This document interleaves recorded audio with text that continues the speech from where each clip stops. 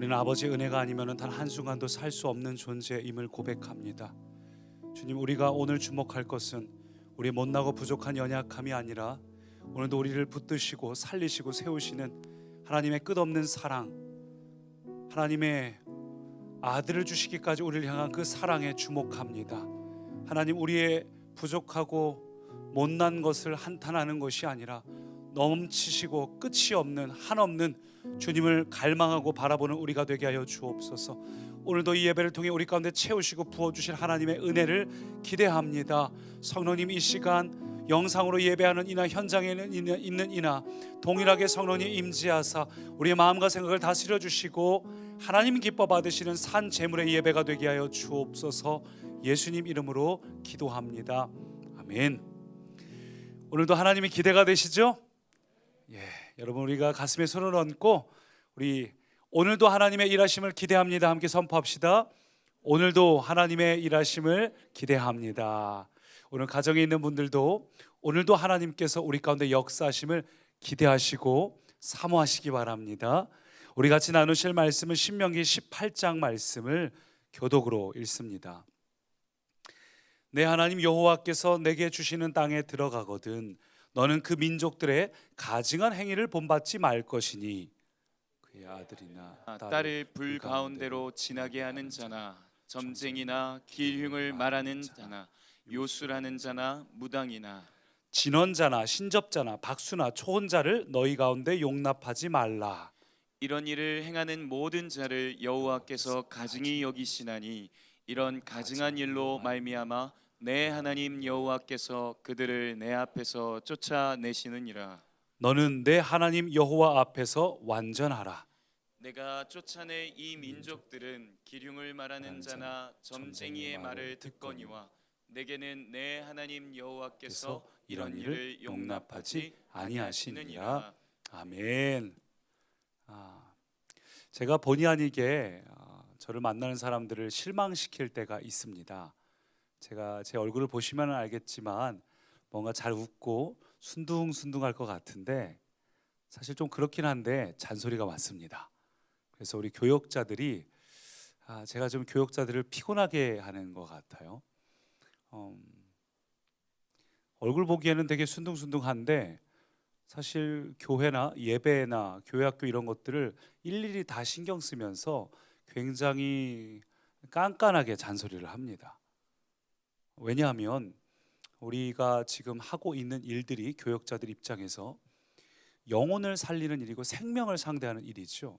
우리가 병원에서 환자들을 돌볼 때 겉으로 보기엔 멀쩡해 보여도 잠깐 실수하면 환자의 생명이 떠나갈 수도 있잖아요. 그래서 꼼꼼히 살피고 환자의 상태를 체크하고 거기서는 단 한 번의 실수도 용납이 없는 것처럼 저는 교회도 그래야 된다고 생각을 해요. 그래서 아까 일부 예배 때는 우리 스태프들도 있는 방에다가 글을 남긴 게 있지만 주로 이제 교역자 방에 남기는데 오늘도 2부 예배 시작 전에 또 한참 동안 이 예배 있다 보면 잘 안 보이는 것들이 있기 때문에 그것들을 이야기를 하면서 계속해서 글을 남겼습니다. 사실은 자주 그러는 편이에요. 우리 전사님들 새로 오면 설교할 때 그 설교를 영상으로 찍어서 보면서 어떤 것을 고쳐야 될지까지 얘기하면서 생긴 것과 다르게 굉장히 깐깐하게 굽니다. 저는 그게 맞다고 생각을 해요. 저는 얼마 전에도 길 앞에 지나가다가 교훈치킨 있죠? 잘 안 들으셨나요? 촌치킨이요. 그 치킨집 지나가는데 자기네 재료를 깐깐하게 쓴다는 얘기를 보고 되게 화가 나더라고요.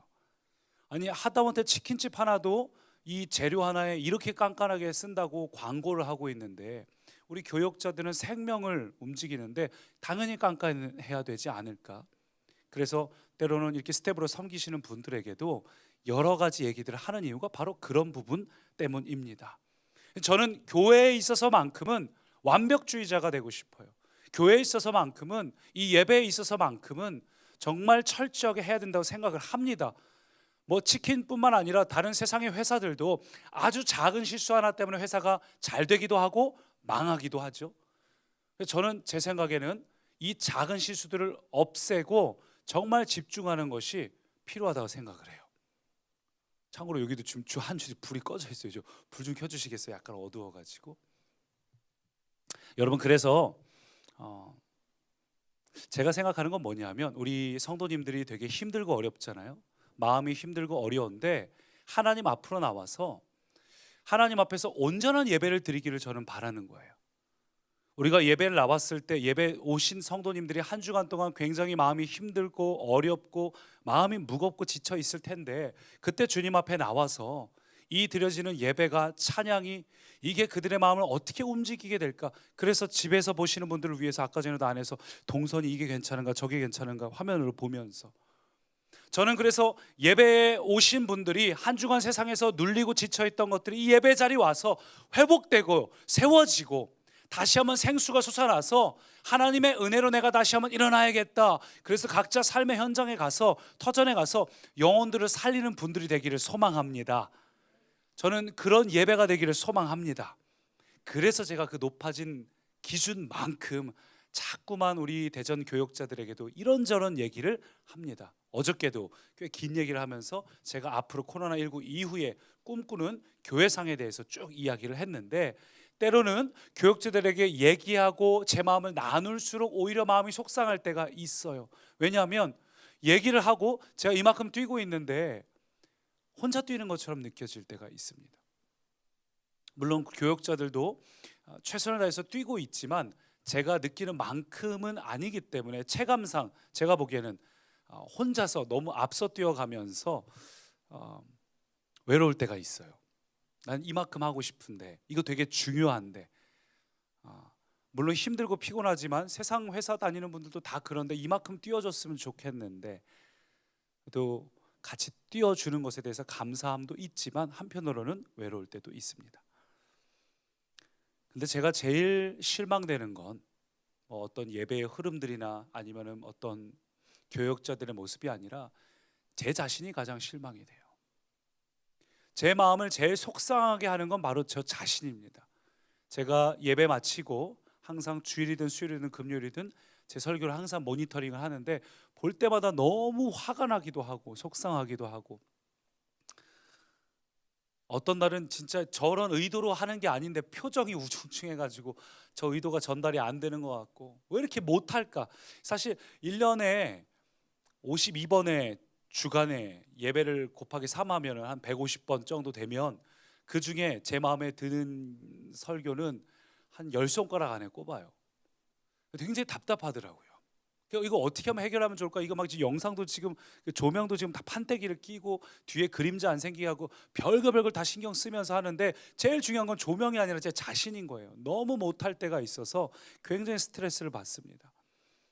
그리고 제 물리적인 어떤 시간에 대한 부분들도 굉장히 안타깝고, 제가 많은 분들을 만나고 싶고 그분들과 이야기 나누고 싶은데 일일이 그렇게 하지 못하는 것에 대한 속상함도 있어요. 그래서 어쩌다 만나게 되면 좀 그 마음이 있어서인지 더 길게 얘기가 나눠지는 것 같고, 사실 상담이라는 게 한 번 얘기가 되면 보통 한 2시간 정도씩 얘기가 진행이 되죠. 얘기 좀 하다 보면 그렇게 진행이 돼요. 그래서 많은 분들을 만나지 못하는 것에 대한 아쉬움, 어떤 시간적이고 물리적인 부분들, 또 옛날 같지 않은 체력적인 부분들, 이런 것들을 생각하면서 때로는 너무 속상해서 나 정말 좋은 목회자가 되고 싶은데, 갈수록 제 안에 기준이 높아지면서 제 안에 이 마음도 커지면서 정말 이런 사람이 되고 싶은데, 정말 이런 목회자가 되고 싶은데 기준은 올라가는데 거기에 턱없이 모자란 제 자신을 보면서 너무 속상하고 너무 답답하고 제 자신에 대해서 실망될 때가 참 많이 있습니다. 근데 저뿐만 아니라 이런 고민들이 여러분 모두에게 마찬가지라는 생각이 들어요. 우리가 각자 삶의 터전에서 각자가 최선을 다하면서 살고는 있지만 때로는 그런 자신의 어떤 능력의 부족을 경험하면서 답답할 때가 있죠. 나는 좋은 부모가 되고 싶고, 나는 좋은 배우자가 되고 싶은데, 나는 일터에서 정말 모두에게 인정받는 잘하는 사람이 되고 싶은데, 그렇다고 내가 노력을 안 하는 것도 아닌데 내 노력이 전달되지 않을 때, 내가 하는 수고가 인정되지 않을 때, 내가 혼자 달리는 것 같이 고독하다고 느껴질 때, 나는 최선을 다했는데 아무도 알아주지 않을 때, 제일 중요한 건 내가 뭔가 더 하고 싶은데 나의 능력의 부족함을 느끼고 한계를 느낄 때가 있어요. 더 내게 가진 것이 없고 왜 나는 실력이 없을까? 다른 사람 보면서 나는 왜 저런 걸 못할까? 이래서 우리의 마음속에 아쉬울 때가, 답답할 때가 누구나 있을 겁니다. 여러분, 근데 오늘 말씀은 그런 우리에게 격려하고 위로하고 새 힘을 주기는커녕 오늘 말씀은 우리의 못난 모습에 찬물을 확 끼얹고 우리에게 막 이 차가운 빛으로 가슴을 후벼 파는 말씀이에요. 13절 같이 읽어보겠습니다. 너는 내 하나님 여호와 앞에서 완전하라. 완전하라. 저는 이 말씀을 보는데 울컥 서운한 마음이 들더라고요. 아니, 하나님, 우리가 하나님 앞에서 농땡이 피우는 것도 아니고 우리가 사람들 앞에서 게으르게 노는 것도 아니고 나름 최선을 다하고 있는데, 그러면 하나님께서, 우리의 연약함을 아시는 하나님께서, 야, 네가 최선을 다하고 있으니까 괜찮아, 인정해 줄게, 이런 게 아니라, 아니면은 너는 하나님 앞에서 완전해질까지 최선을 다해 보도록 하렴, 뭐 이런 것도 아니고 그냥 다 하라. 아니, 그것도 아니고 그냥 완전하라. 결론이잖아요, 결론.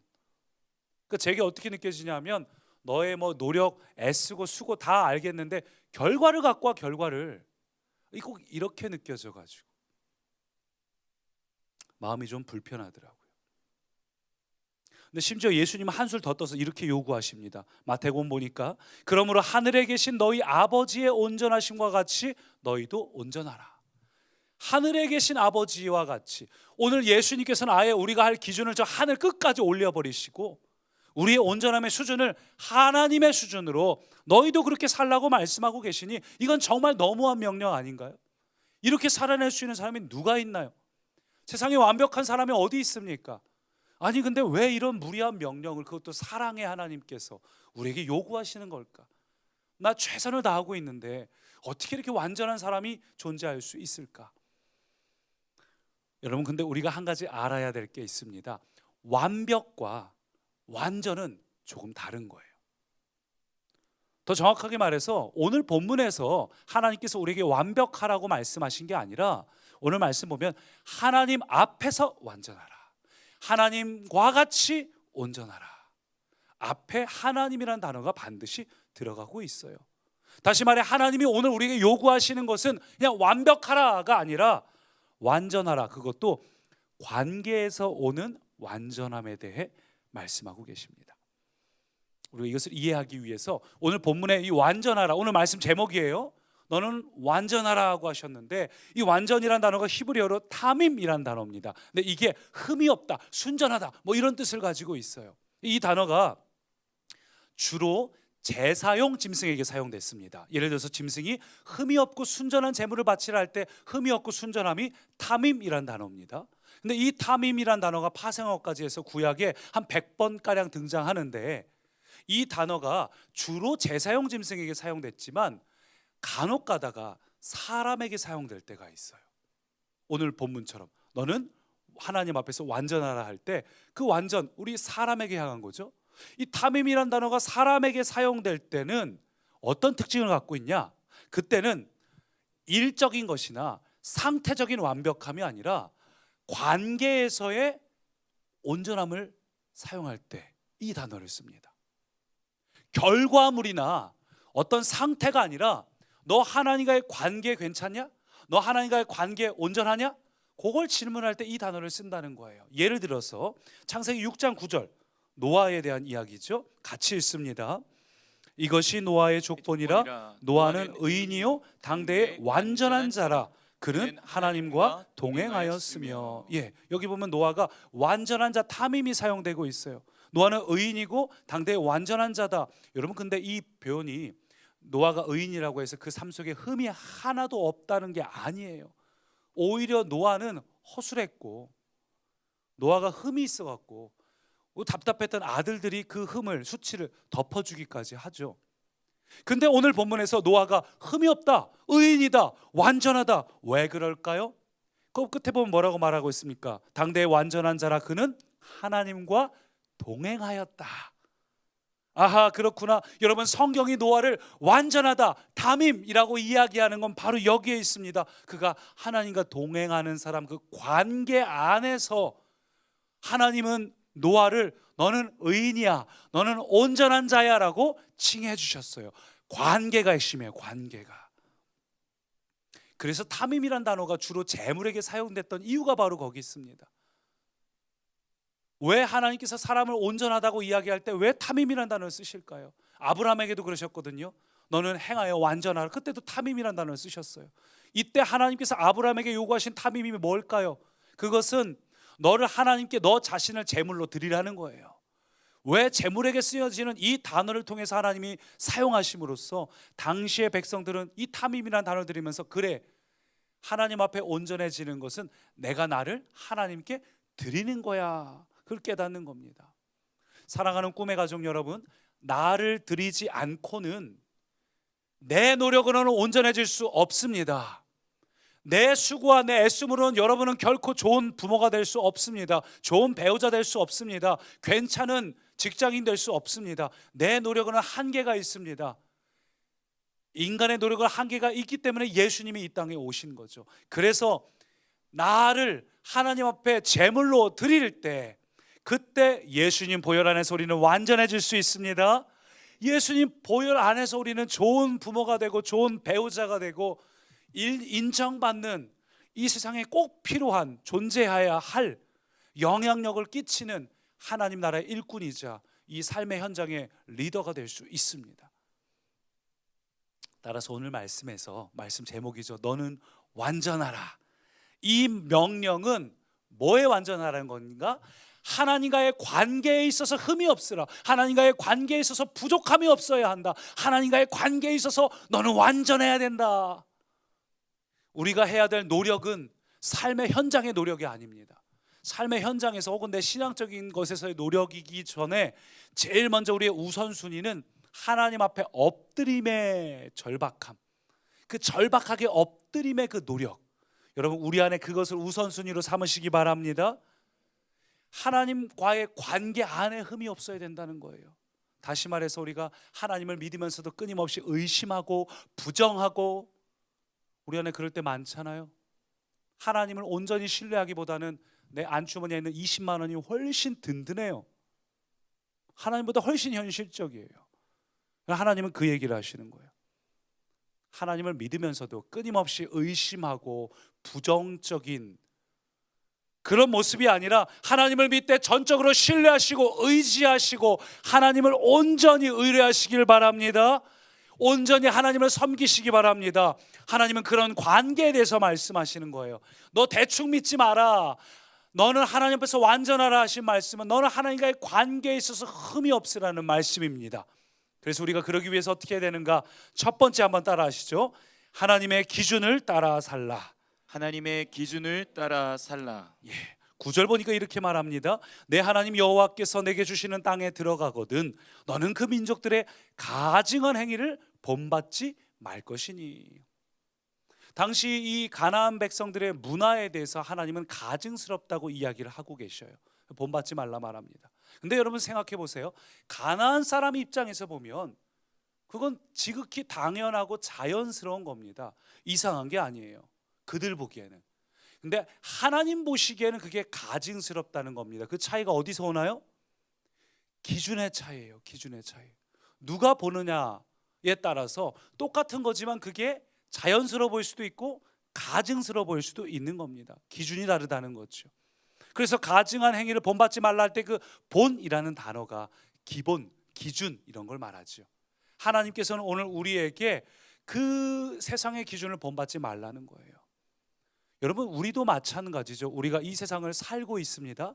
우리가 이 세상 가운데에서 머물면서 이 세상의 어떤 법칙에 따라 살다 보니까 우리는 이 세상이 주장하고 이 세상이 갈망하는 뭐 돈 버는 거라든지 그게 인생의 최고의 목적처럼 산다는 거라든지 그것에 대해서 전혀 이상함을 느끼지 못해요. 우린 그것이 어쩌면 하나님 원하시는 것이 아닌 내 인생의 목적이 돼버렸을 수도 있습니다. 근데 하나님께서 그 기준으로 보시니까 우리가 하는 모습이 옳지 않고 가증스럽게 느껴질 때가 있는 거예요. 세상 기준으로 보면은 이 정도 참아주면 됐지 뭐. 그런데 하나님 기준으로 보면 너는 아직도 완고한 자구나 할 수 있는 겁니다. 그래서 오늘 말씀은 기준을 바꾸라. 어떻게 하면 우리가 하나님과의 관계에 있어서 온전해질 수 있을까? 그것은 먼저 하나님의 기준을 따라 살아가시기 바랍니다. 오늘 하나님께서 본문에서 흠없이 죄 없이 온전하라 하신 이 이야기는 세상의 문화나 윤리나 도덕적인 이런 기준이 아니라 영적인 차원의 기준임을 기억하시기 바랍니다. 영적인 차원으로 볼 때 우리에게 잘못이 아니라고 여기시는 부분도 하나님 보시기에는 잘못일 수 있다는 거예요. 자, 그러면 하나님이 원하시는 의가 뭘까요?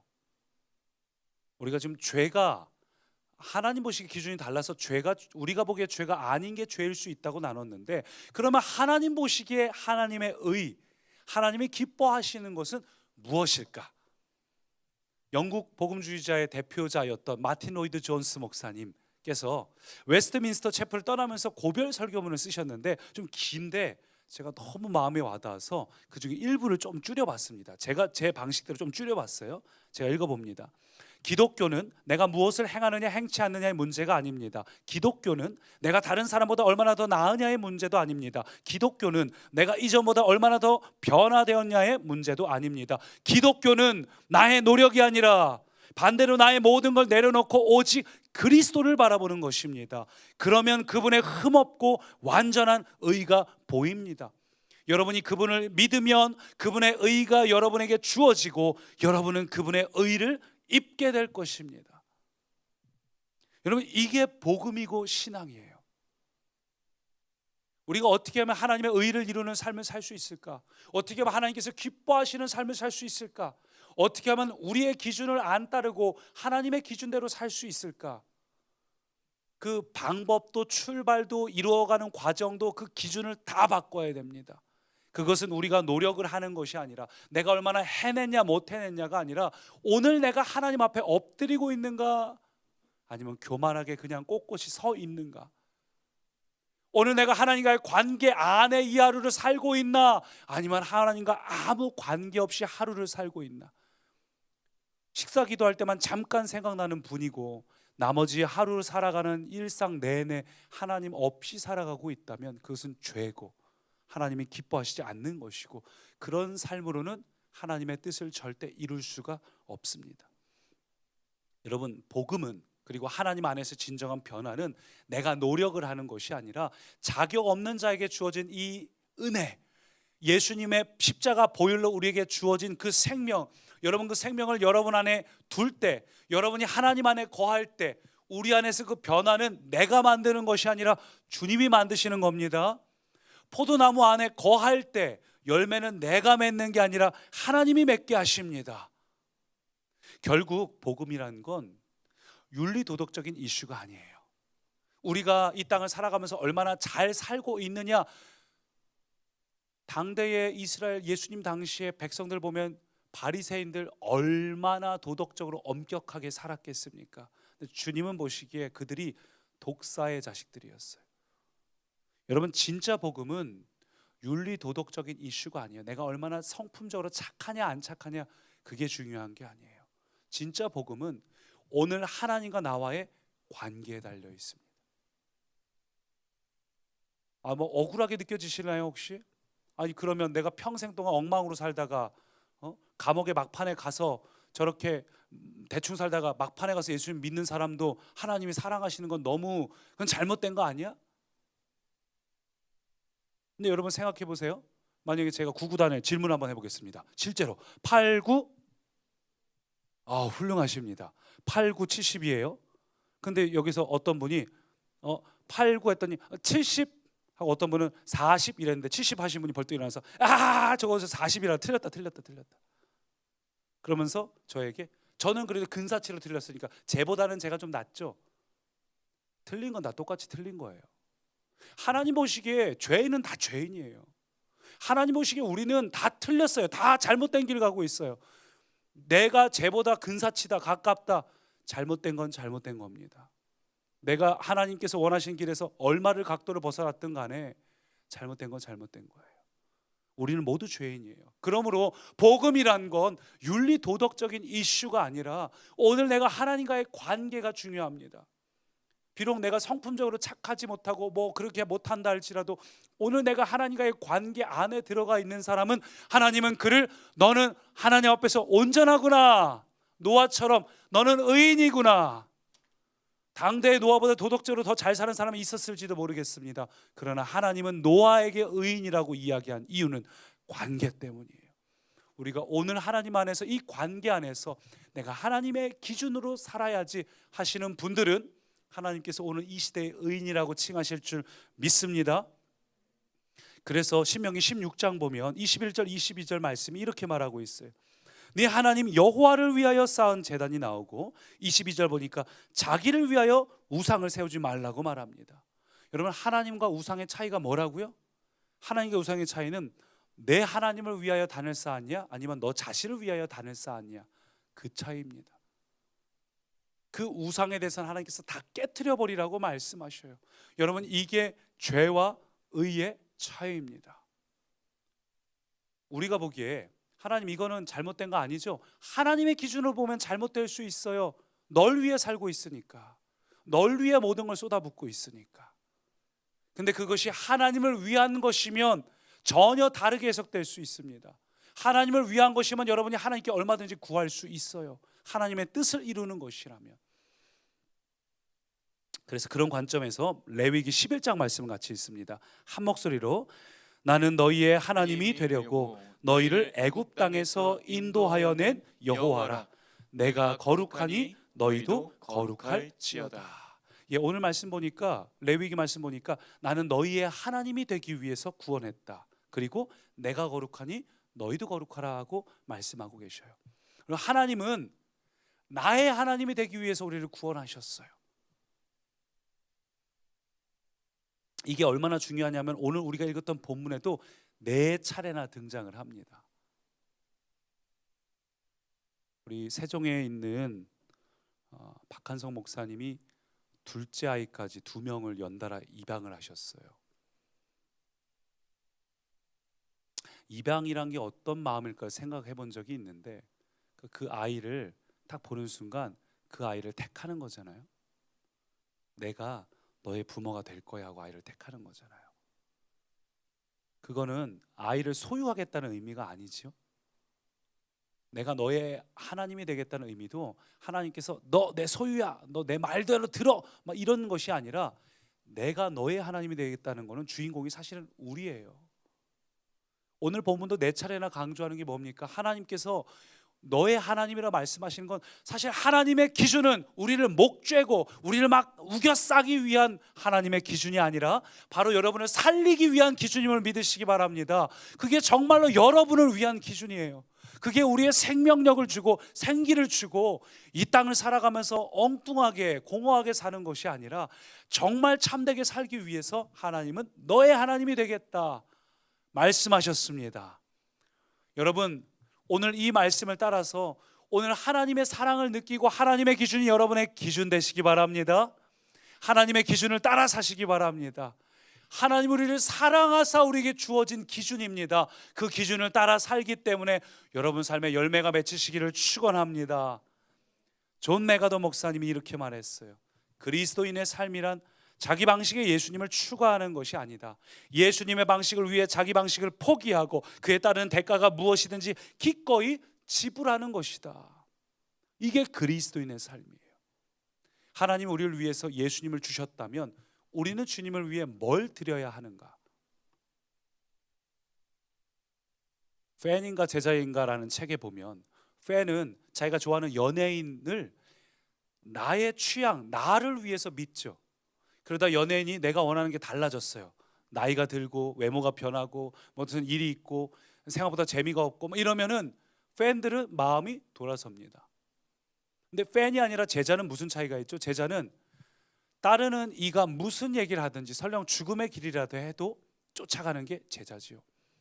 예수님께서 우리에게 요구하신 거는 팬이 되라고 얘기하지 않으셨고 제자가 되라고 말씀하셨어요. 왜냐하면 그것만이 우리를 구원하는 길이기 때문입니다. 사랑하는 꿈의 가족 여러분, 주님이 이게 생명의 길이기 때문에 여러분을 위해서 예수님을 주셨는데 팬으로 살지 마시고 수시로 기준을 바꾸지 마시고 아예 주님 그것까지는 좀 이러지 마시고 온전히 주님의 기준대로 올인 하시기 바랍니다. 그래서 우리가 지난 2주 동안에 하나님의 통치권과 주재권을 인정하는 행위로 우리가 예배를 드렸고 고백하는 행위죠. 그리고 그것을 하나님께서 내 모든 것의 주인이라는 하나님의 소유권을 고백하는 행위, 표현하는 행위로 우리가 11조를 포함해서 우리가 모든 것의 청지기구나, 물질과 시간과 내 모든 것의 청지기라는 것을 우리가 나누었습니다. 그 새롭게 된 그 기준을 온전히 따라 살아가시기를 축원합니다. 물론 이 기준을 따라 산다는 게 쉬운 건 아니에요. 우리가 은혜 받았을 때는 말씀대로 살만합니다. 때로는 그것이 고난의 길이라도 기꺼이 걸어갑니다. 마치 베드로가 풍랑이는 물 위에서 예수님이 걸어오신 걸 보더니 막 거룩한 욕심이 생겨갖고, 예수님 나에게 명해 주세요. 나에게, 야 베드로야 너 물 위를 걸으라, 명해 주세요. 우리가 그렇게 구할 때 있잖아요. 하나님께, 하나님 나 하나님께 쓰임 받고 싶어요. 나 하나님 더 이상 내 인생을 나를 위해 사는 것이 아니라 하나님께 쓰임 받고 싶어요. 그게 고난의 길이라도 기꺼이 걷겠습니다. 결단합니다. 그때 하나님께서 막 은혜를 부어주시면 진짜 물 위를 걸어요. 우리가 정말 고달프고 힘들어도 지치지 않고 막 열정이 생겨가지고 막 신나가지고 막 해요. 지금 청년들이 그렇게 촬영하고 있거든요. 밤 늦게까지 신나가지고 막 부어주시는 은혜가 있을 때 막 신나고 행복해요. 근데 때로 우리 인생 중에는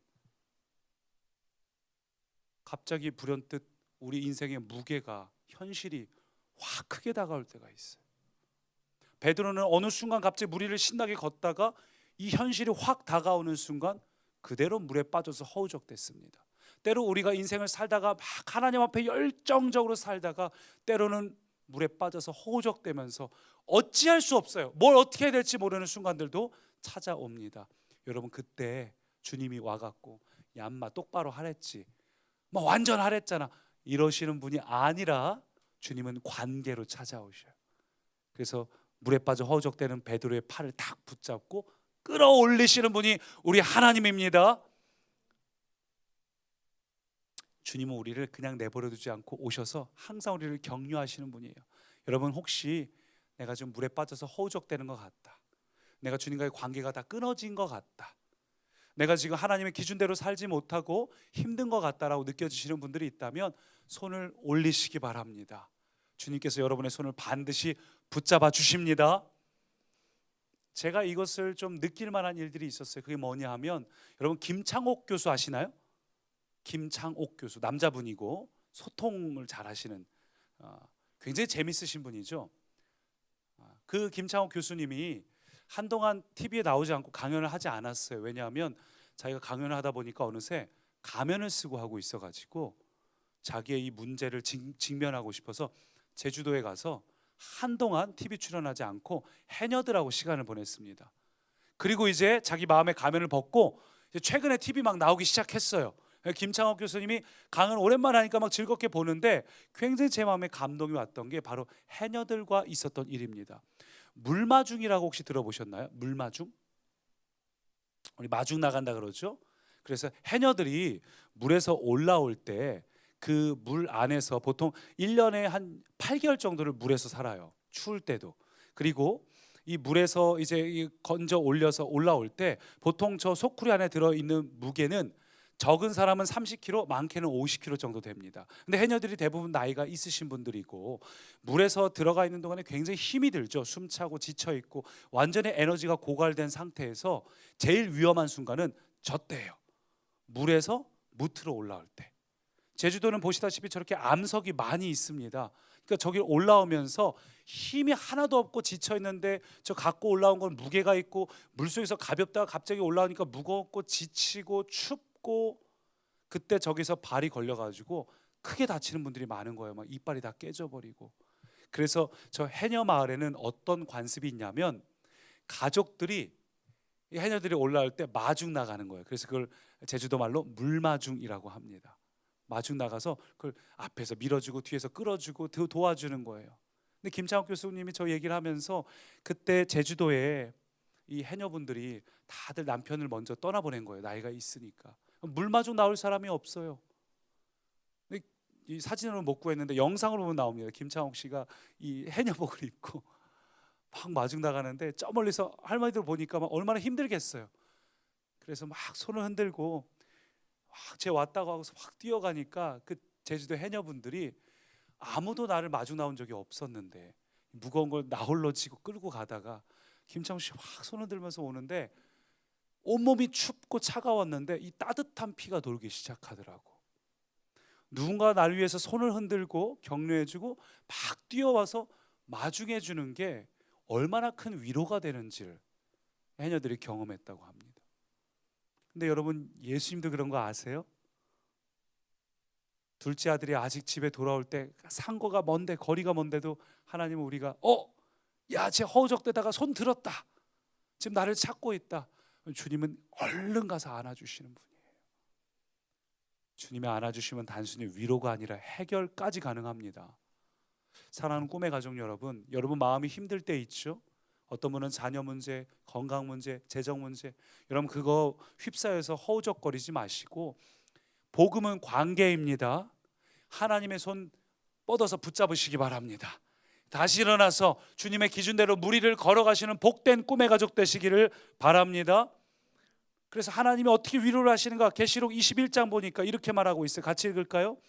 모든 눈물을 그 눈에서 닦아주시니 다시는 사망이 없고 애통하는 것이나 곡하는 것이나 아픈 것이 다시 있지 아니하리니 처음 것들이 다 지나갔음이러라.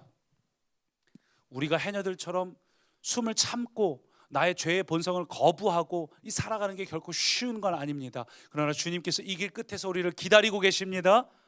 주님의 위로를 받으시고 특별히 이번 5월 한 달간은 우리 사랑하는 가족들 앞에 여러분이 물마중하시기 바랍니다.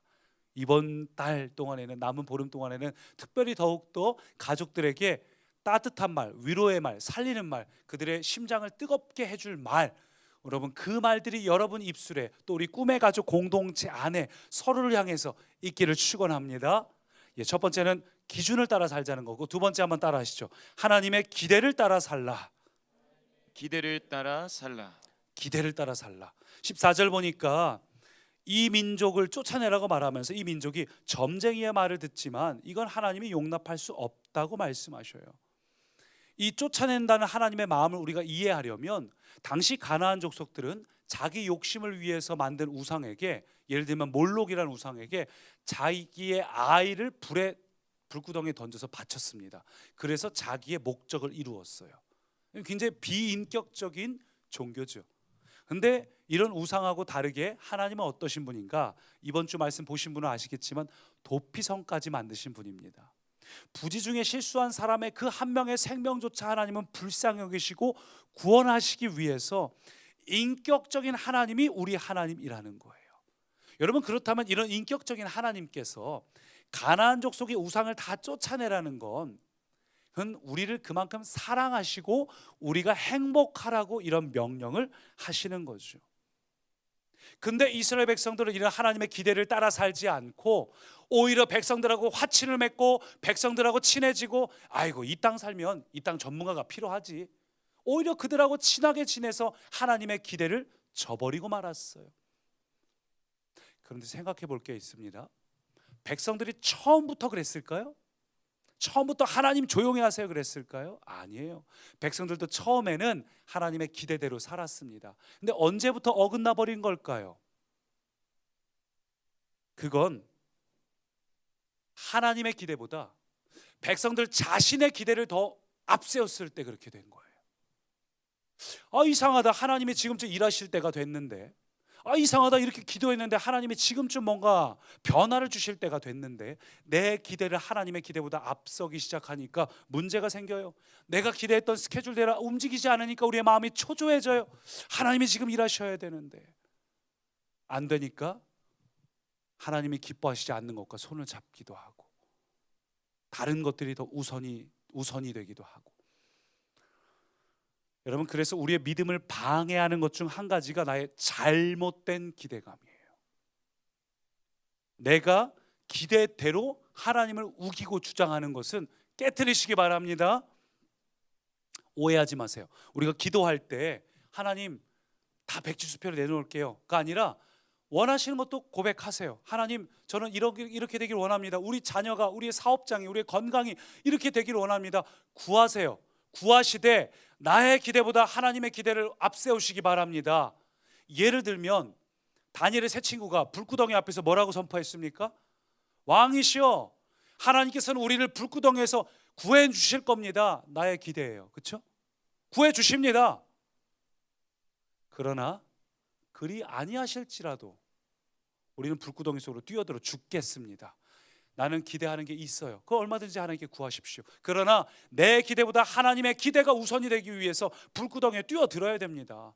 계단을 들어가면서 뜨거운데 뒤에서 미니까 한 걸음 내려가면서 불이 꺼질 때가 됐는데 잠깐만요. 그러고 계신 거 아니에요? 여러분, 나의 기대를 우선으로 세우지 마시고 나의 기대대로 구할 뿐만 아니라 하나님의 기대를 더 신뢰하기 때문에 불구덩이로 밀어 넣으시면 들어가세요. 이건 내가 기대한 바가 아닌데 간절하게 기도했는데도 하나님께서 기도를 들으심에도 나를 계속 밀어 가신다면 여러분, 그냥 불구덩이 안으로 들어가시기 바랍니다. 만약 우리가 내 기대를 우선하는 사람이 있다면 우리가 아무리 뜨겁게 기도를 해도 그건 한풀이 기도에 불과해요. 우리에 있는 기도가 하나님의 기대를 이루시는 순도 100%의 기도가 되시기를 바랍니다. 그렇게 할 때 하나님의 위대한 반전이 나타나요. 사실 우리가 기도했을 때 반전이 빨리 나타나지 않아서 우리가 속상할 때가 있는데, 다니엘을 보십시오. 기도하니까 이미 첫날부터 천사가 움직였어요. 요나를 보십시오. 요나가 물고기 뱃속에서 기도하니까 이미 물고기는 육지로 가고 있어요. 하나님은 어찌 될지 아셨거든요. 3일에 걸쳐서 회개 기도를 마치니까 이미 육지에 도착해서 그를 뱉어냈습니다. 그것도 정확하게 니느웨에다가.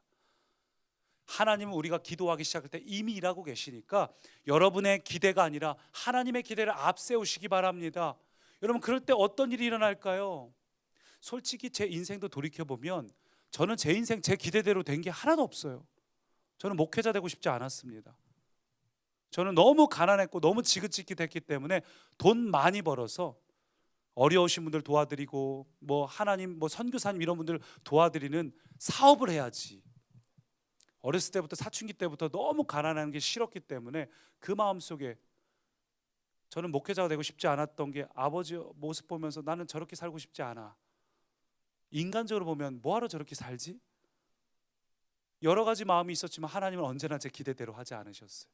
신학생이 돼서 하나님께서 뭔가 공급해 주실 걸 기대했지만 또 가난하게 굶게 만드시고, 꿈의 교회 와서도 저는 남들처럼 적당하게 제 나이 때 맞게 제 시간에 맞춰서, 근데 하나님은 언제나 저를 벼랑 끝으로 몰아가셨어요.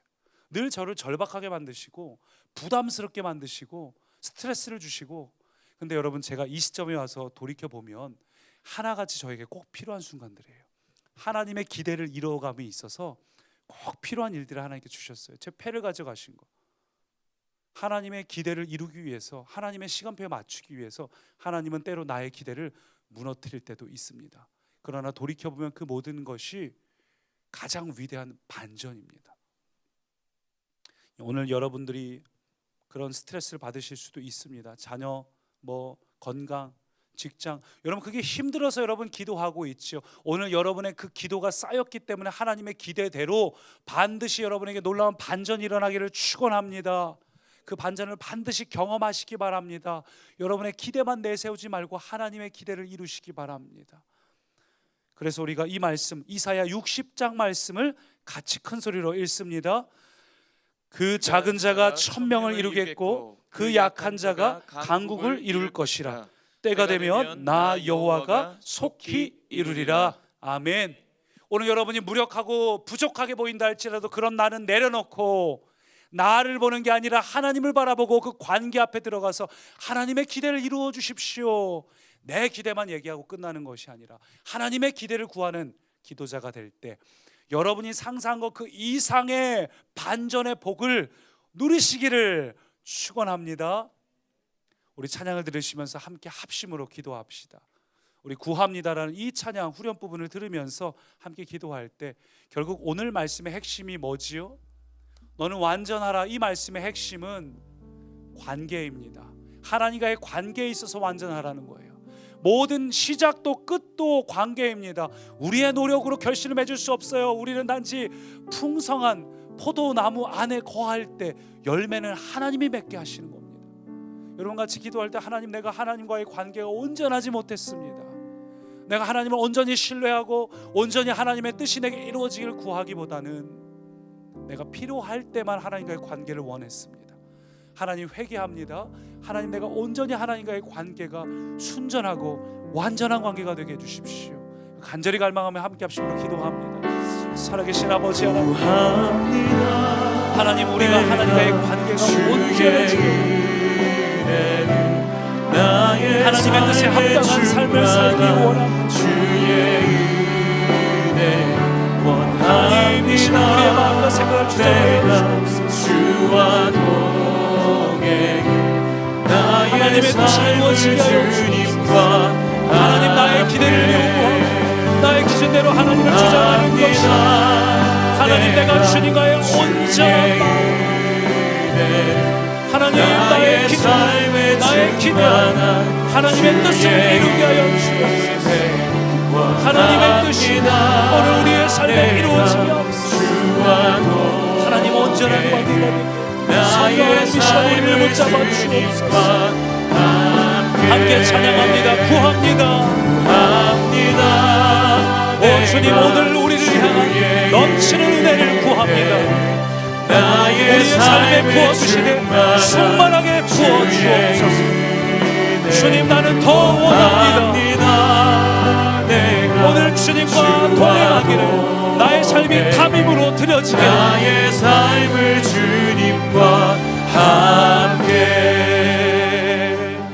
주님, 나의 삶이 주님과 함께 하기를 구합니다. 하나님, 우리에게 완전하라 하셨습니다. 하나님, 우리의 흠을 보시는 것이 아니라 하나님과 우리와의 관계에 주목하시오니 하나님, 우리를 탐임, 하나님 앞에 순전한 제물로 나를 드립니다. 하나님과의 온전한 관계를 사모합니다. 하나님, 하나님의 기준이 나의 기준이 되게 하시고 하나님의 기대대로 살게 하여 주옵소서. 내 노력으로 살다가 자꾸 힘들어 넘어지는 자가 아니라 내 노력으로 안 될 때, 깨달을 때마다 손을 뻗을 때 주님, 무리를 걸어오사 우리의 손을 잡아 일으켜 주옵소서. 지쳐있고 낙심한 우리를 건져 주옵소서. 우리를 안으시고 새 힘을 주셔서 주님과의 관계 안에서, 주님과 붙잡은 그 손 안에서 노아처럼 당대의 완전한 자가 되게 하여 주옵소서. 예수님 이름으로 기도합니다. 아멘.